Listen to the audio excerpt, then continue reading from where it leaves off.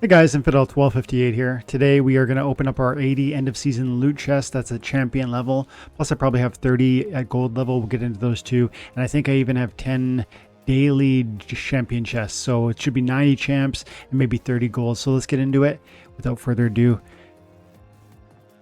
While I'm queuing this up though, I just want to say before we get into it, my name is Dwayne Cunningham. I go by Infidel1258. You can call me 12. Leave comments on any video. If they turn into videos in and of themselves, I'd love to give you a thank you. So make sure you leave your IGN. We'll leave the champion chest for last. We'll go over to 1258, which is my second account. And we'll open the goldies first. Interesting to note, and some of you who have been here know this, but I'm going to tell you, these are leftover cards. Like the rewards I'm about to show you with this gold account are leftovers. Like this is not a ton of extra value that I'm investing. It's literally cards I wasn't going to use that were sitting on my main account, and I'm just stretching sort of the reward I have access to from this amazing game. And that's one of the coolest things about this game. If you're new to this game, if you're new to this space, as you start to grow what you're doing, you're going to accumulate more NFTs, the cards. And as the cards get better and better, you might suddenly realize that some of them you don't even use. Maybe it's because you've bought more packs or new releases have happened, or maybe it's because soulbound cards start, adding up on your account, or whatever the case may be. You just grow and grow and grow to a place where suddenly you won't even notice it, but you can subdivide or multiply what you're already doing. And I love that. And one of the ways I'm doing it is with this account. Separate side note, another way I'm extracting more value with the same resources with games like Splinterforge that use the same cards to provide you crypto payments for playing a different game. And there's tons of opportunities like that in this space if you're paying attention. So let's get into the gold rewards. We'll just hit them quick. Reveal all. 2 SPS, another 3. Oh, a pack. We'll open that in a minute here. Some good SPS. Oh, another pack. Well, 2 packies. See an epic, couple. Okay, there's a 6 on the SPS. A few. I'm going to say that's about 12 SPS, maybe a little more, maybe a little less. And we have 2 packs, which is actually very good. I'm super happy to see that. A little bit sparse on the cards, but we'll take the potions. And like I said, these are leftover cards. This account is essentially a carryover. It's just it's an icing on the cake type situation. So it's not the biggest deal if those rewards are not crazy, but I'd say that's good. Let's go ahead and open 2 of those chaos chests packs. Open multiple, open 2. Love to see some legendary gold foils. That'd be wild, eh? Legendary gold foil. Here we go. Okay, no. Just a couple rares. Still could see some gold foils in here. Let's see. Okay.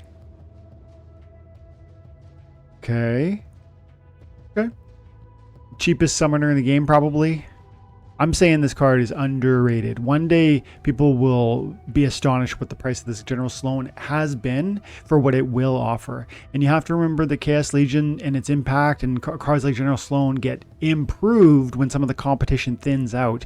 What I mean is the Modern League is set and rotating. So Untamed is in there. Maybe Untamed allows certain cards that are better than General Sloan, but you get a promotion by a removal of some of your competitors. I think General Sloan, we're going to be, especially LAM 1.5 launches, you're going to be surprised by what that card really does for you in terms of its utility, and then I think the price will follow. That's perhaps a long-term vision, so I'm not saying rush out and buy it. I'm just saying I think we're, when we give away summoner cards for 50, 60, 80 cents, we're making a mistake. That's my opinion. Let's open some more on my main account here. We'll get the daily rewards first. So these are champion chests, 10 of them. I've been doing really, right out the gate, legendary, gold foil. No, 2 of them though. That's awesome. 2 on the Sturgis. That might be my next level. That could even be level 4 for me on the Ava Sturgis. I've had some great luck lately on legendaries. Legendary, epic gold foil. So it's been really good for me. Let's keep going. 5 SPS, Swamp Spitter. Maybe I'm leveled out on Swamp Spitter. I can't remember now. Gonna have to check. We will check at the end and see if certain cards like Swamp Spitter or Ferox Defender or Sturgis can be upgraded with the new cards I'm unlocking right now, but I'll wait until after we do our end of season reward. So that'll be at the end of the video. That's a nice little chest. Anything, man, if SPS does what I think it will in the future, to think that this could be $12 just in one loot chest from one daily reward, that's actually where I think this could go. That's how crazy and excited I am about this. But I don't think that's irrational. I think it's founded on, just where the game is aiming and what they've already established from the past. Maybe I'm wrong, but that's where my head's at. Let's keep going. We'll take a bit slower on this one because these could be juicy. Pretty nice right there. 50 SPS. More swamp spitters. Okay, 86 SPS. Love it. Okay. That's kind of a funny one. Just one common fungus flinger. And this card's funny too because you don't want more than them. One of them is the truth. Like, frankly, this I've said this before. If you heard me say it before, apologies, but man, it strikes me that this was just one of those oversights by the developers.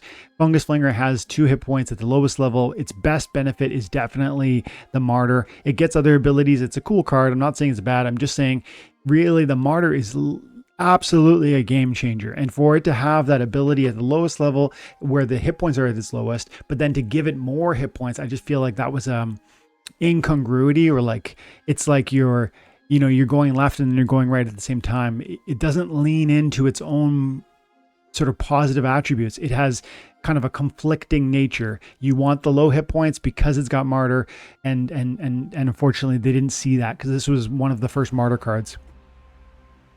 Raven, this is such a great card. I hope that pushes me up to another level. Ooh, another pack. Okay, 1500 merits, love it. 25 SPS. So far so good. 40 SPS. Okay, what else we got here? 30 SPS. It's feeling pretty good, but it perhaps not the most exciting. But I'm loving what I'm seeing. I'm getting good quality cards and lots of them. I'm getting good amount of SPS, although not crazy, not 500 in one chest, not 5,000, but 30, 40, 50 per. That's great. Oh, that is good. This is one of my lower summoners, another pack, so that's 2 here as well. We'll open the chaos packs after we're done here. 80 chests, by the way. 85, there we go. This is 80 champion chests on my main account, and this is the most champion chests I've rolled or pulled in. It's been several seasons. So that must have been like more wins than average, you know what I mean? Because I'm playing the same amount, but I'm getting more chests. That must have meant I was just landing. I had a better win record this season, probably. 73 SPS, 30 SPS. A lot of SPS. Gold foil Mark's Rat. Same deal over here with the Mark's Rat. The Martyr, you got to keep the low hit points, but of course upgrading takes you way further and further from that. Regardless, I think being a champion player, I'm going to have to upgrade them. It's just like you can't come into a champion match with a level 1. First of all, it's going to diminish your rewards for that battle if you win. But then secondly, I would argue you need every member of your team to contribute. You can't just bring a guy in for the Martyr. You need him to be hitting some archery damage, and then when he dies, he helps out. So I will ultimately upgrade these cards, but I don't know that I even have in some of the instances. So we'll check, a third. So another 3, we'll open 3 chaos chests after this. And then we'll check out another 40 SPS, another 28. There we go. I feel like that must have been, I'm going to say 400 SPS. Maybe it was 350-ish. That's a great little turn. I know I could check, but I'm not going to bother. It's a good amount of SPS. Let's leave it at that.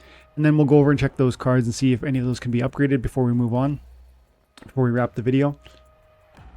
I always forget. Chaos Legion, reward. Let's go summoners first. Look at that, 27 on the... Yep, we can go into level 6 with her. Level 6 is not adequate for me, but we're getting there, right?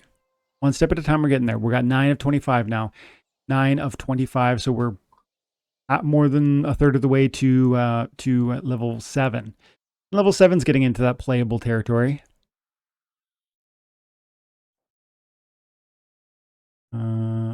I'm not too concerned about looking at that one because I have better gold foils. The level 7 on the gold foil. I think I need one more on Roof Main here. Level 7 on the Helios. As you can see, my summoners are getting to a place where it's actually interesting. They're starting to make the rotations. Octavia is in the play. Helios is in the play. Lowland is in the rotation. And okay, let's go check out the monsters. Do it. splinter by splinter so we can fire. Okay. Yeah, Ferox might be able to, look at that, 81, I'm at level 9. It could be enough. Nope, not quite. I need 100. I've got 80 to spare.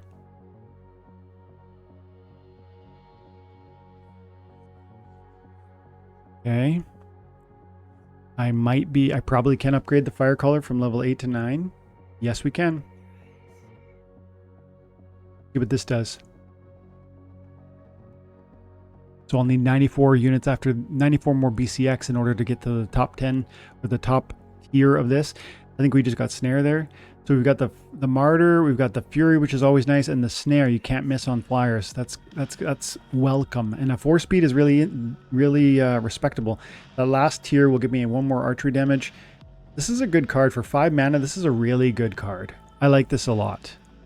There's a lot of scenarios where people use flyers, like the earthquake setting. The snare is more valuable than I think maybe it gets credit for.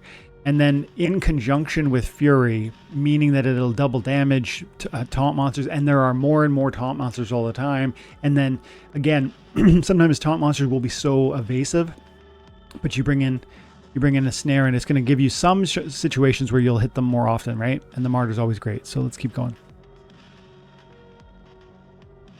I think that's it for these ones. Every now and then I run through here, even outside of a video, just to try and see if I'm getting upgrades that I didn't know about. No, we're already at level 10 for the Swamp Spitter. Look at this card. 4 damage, 4 speed, 3 armor, 6 hit points. The repair is so important for that green, for the blue team especially, but then the Giant Killer is great. This is one I've said before, but Giant Killer is one of those abilities that gets better and better, because there's more and more giants as the game progresses with new and new additions. There's always new cards. We just saw the Sea-Wreck. That's another giant that this thing could hit. I bet Coastal Sentry cannot. Nope, we're not ready for Coastal Sentry. Need 60 more on the Coastal Sentry there. No, no, no, nope. Okay.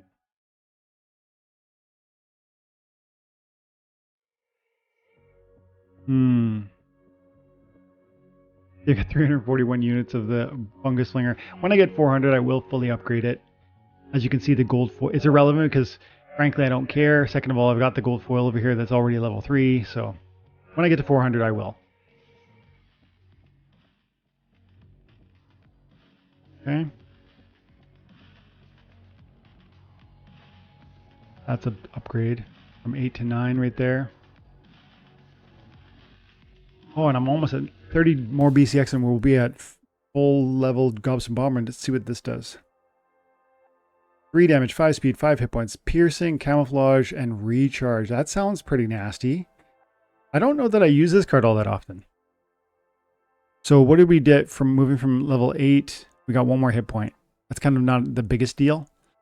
That's a pretty powerful neutral monster. That's one of those cards too, by the way. We talked earlier about General Sloan. This is neutral. He can partner with General Sloan. He's fast, which is great because if you're using archery, you need to go first.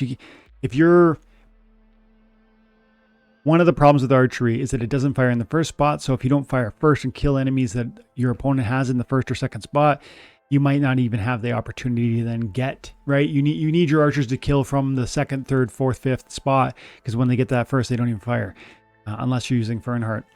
And so the camouflage is great because he'd stay alive longer. The piercing's amazing, especially in conjunction with the triple damage. But I know that as great as this could be, 3 turning into 9, you got to wait to the second round. But the piercing's great because 1 armor is not going to stop that bomb from just destroying an opponent.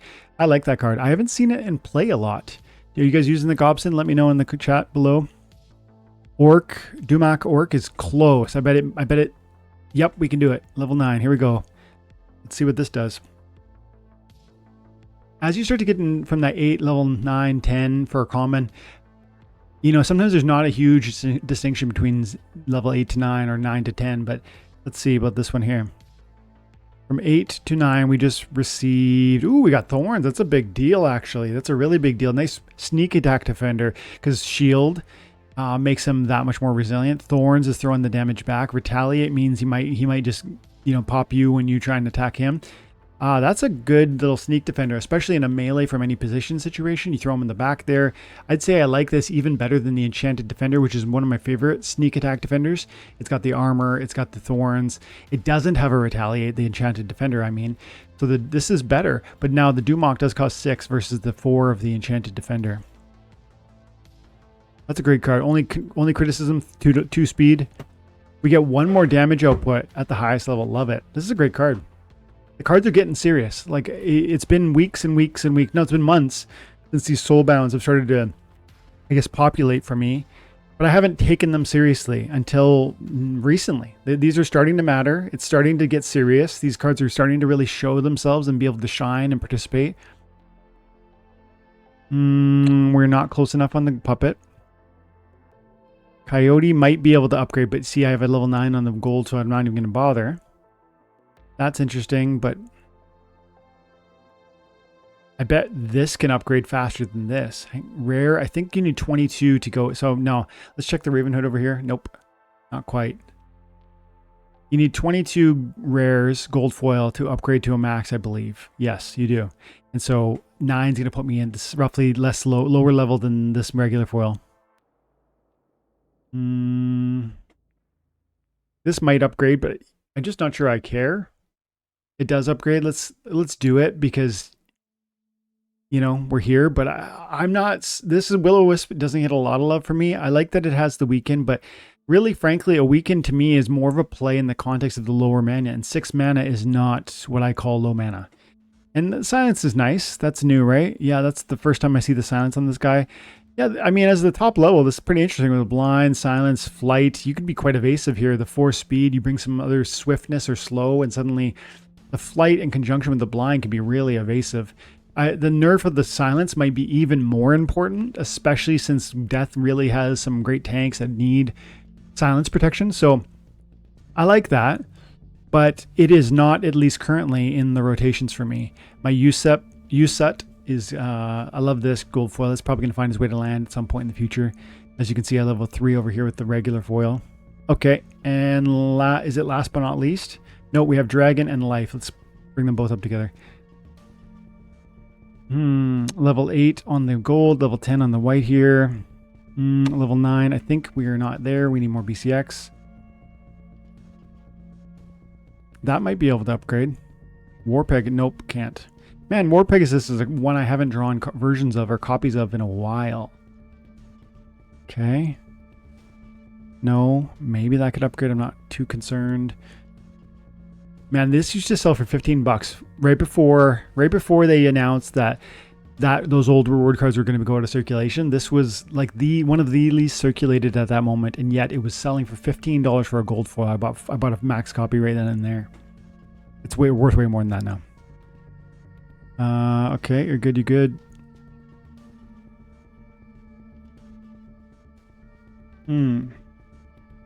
Feel like we overlooked one. There was some legendary or something. Yeah, there was that white legendary. Where is he? He's right here. Avis. Look at this. Boom, boom, boom, boom. We're going to level 3. This card's a little underwhelming. Let's see if level 3 helps me out. Get the weapons training. So you're going to share 2 magic damage with your neighboring opponent. It's just a little weak on the, you know, the hit points side. At least you got this over here, but your speed is slow too. What's the highest level doing for you? You get the rust. That's a bit of an underwhelming card, if I'm being honest. But I'm happy to have it. And we didn't open our 3 Chaos Legion packs. So let's go ahead and do that, and then we'll wrap the video there.